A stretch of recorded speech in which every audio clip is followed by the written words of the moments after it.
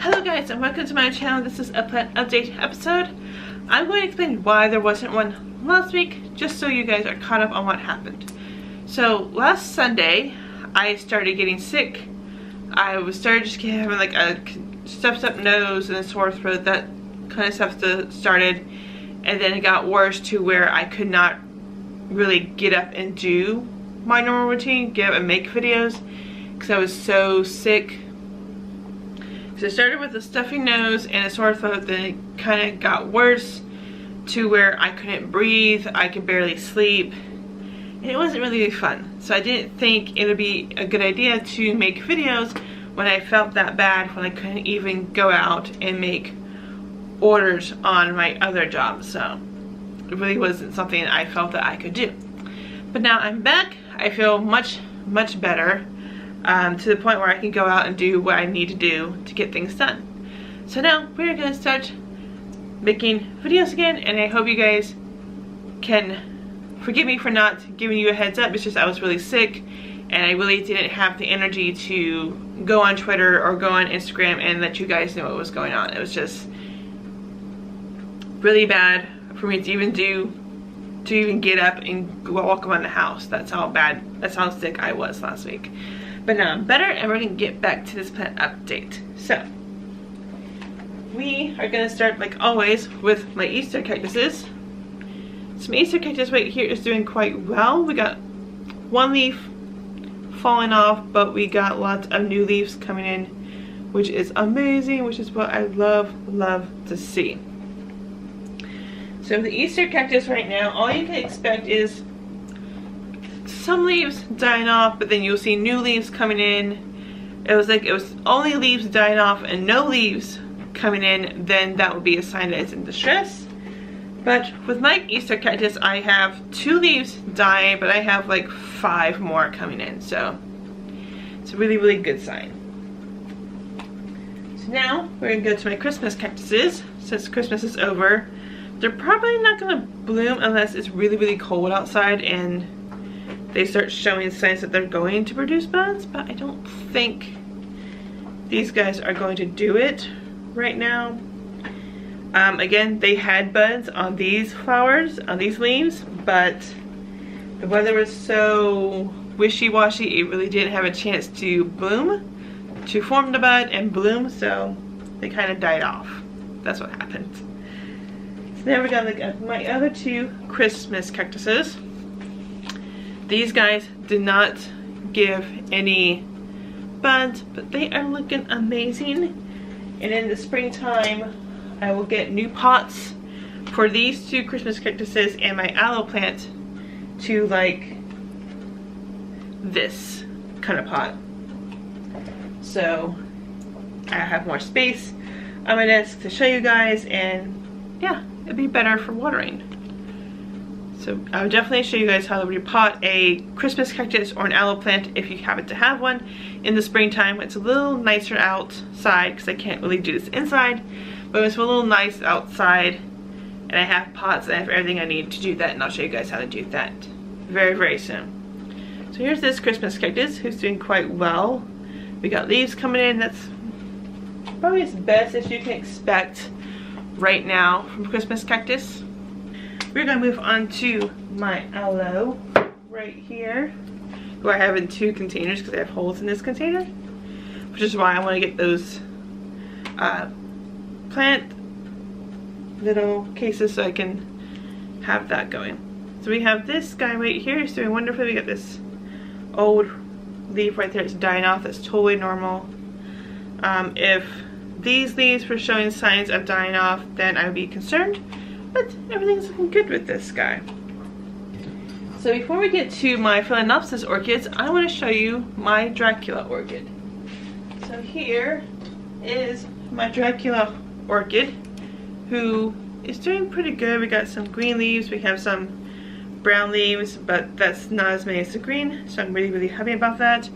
I do try to water this guy every day to every couple of days, just to make sure that he's being watered. All I do is just dunk him in some rainwater or distilled water, and I lift him up and I hang him back up. Hang him right here.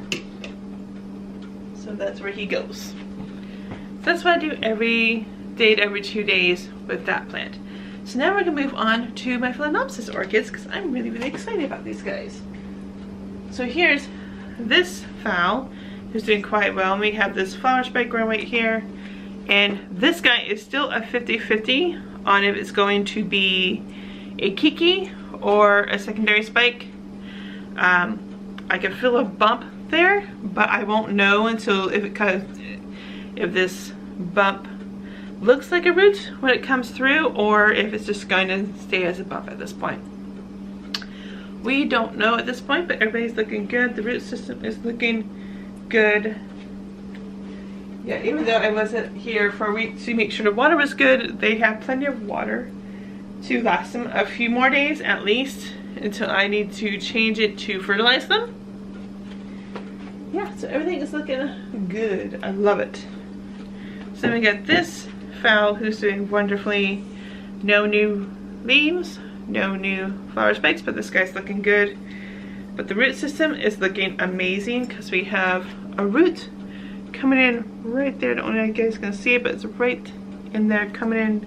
Brand new root coming in.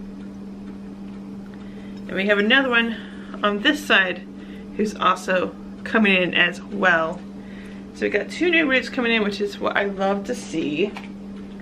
It was like if all the leaves were dying, the flower spikes dying, no roots are coming in and the old roots are dying, then I'd be really, really sad because that's really something to be worried about. If all of that's dying, then there is something wrong with the orchid.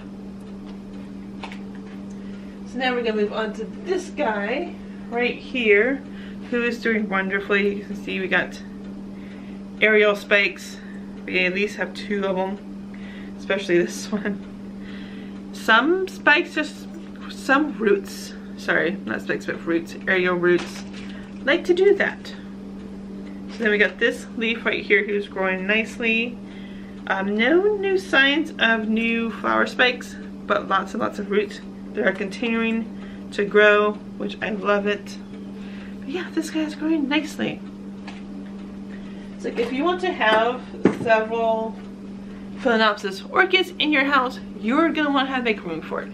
And I'll show you guys after I finish telling you about my other 3 orchids why you need so much room, because I'm going to show you kind of like my setup of my orchids in just a second. It's really crazy. So here is the biggest phal that I have because this flower spike is so big, the leaves are so big, and so are the roots. They're growing like crazy. So everybody is looking good. No new signs of flower spikes, no new leaves, but this guy is growing quite well. I love it. This long flower spike. Yeah, everything is looking really, really good. So here is the baby. This is my baby orchid. This is the smallest of the group. Everything's looking good. The root system is doing quite well. The leaves are doing well. No new leaves, no new roots, but everybody's looking really, really good right now.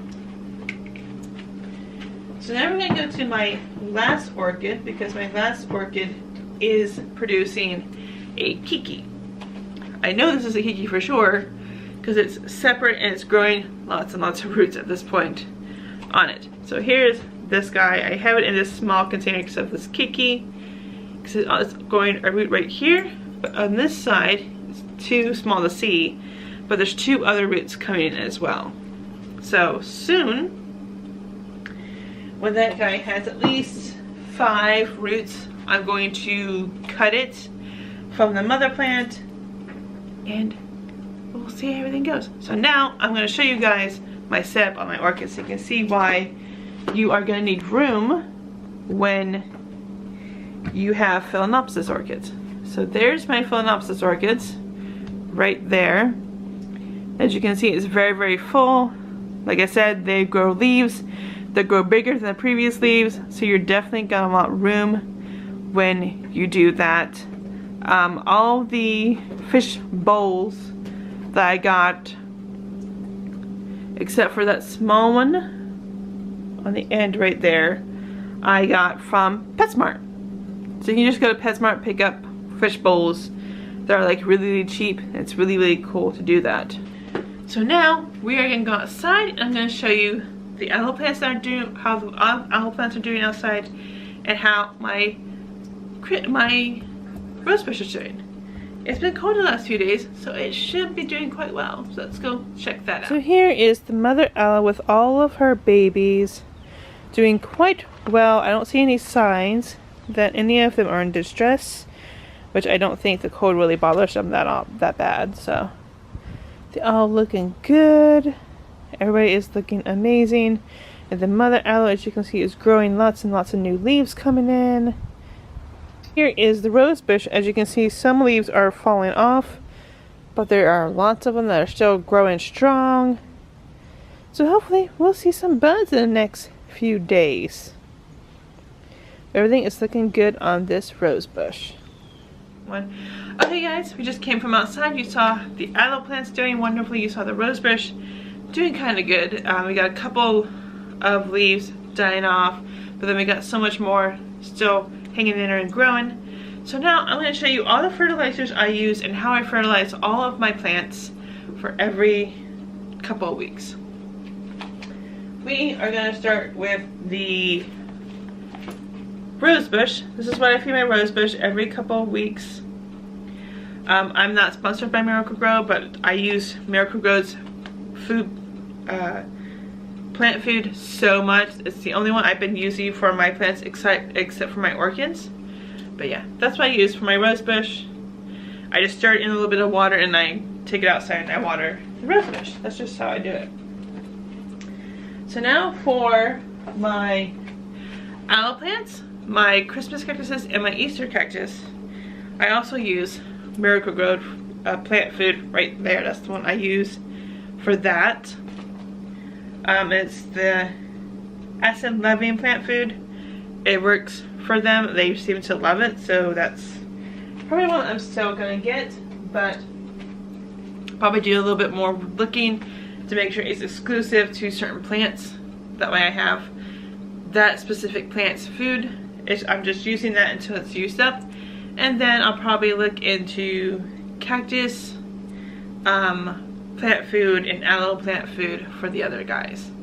So now we're gonna move on. What I do with that plant food is the same thing I do with my rose plant food, is I put some in some water, some over-the-counter water, whatever you have in your sink.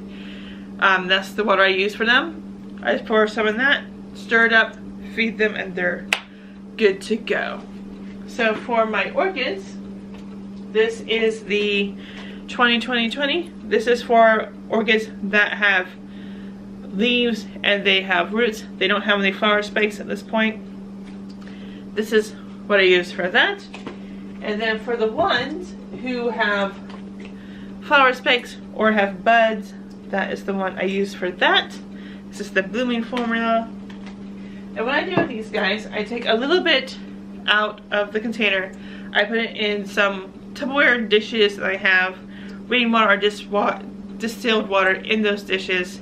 I mix it up and then I take the orchids that are going to go with that certain plant food, put them in for about an hour, and then I take them out and I put them in nice clean water back in their containers. That's how I do my orchids. Even that orchid right there.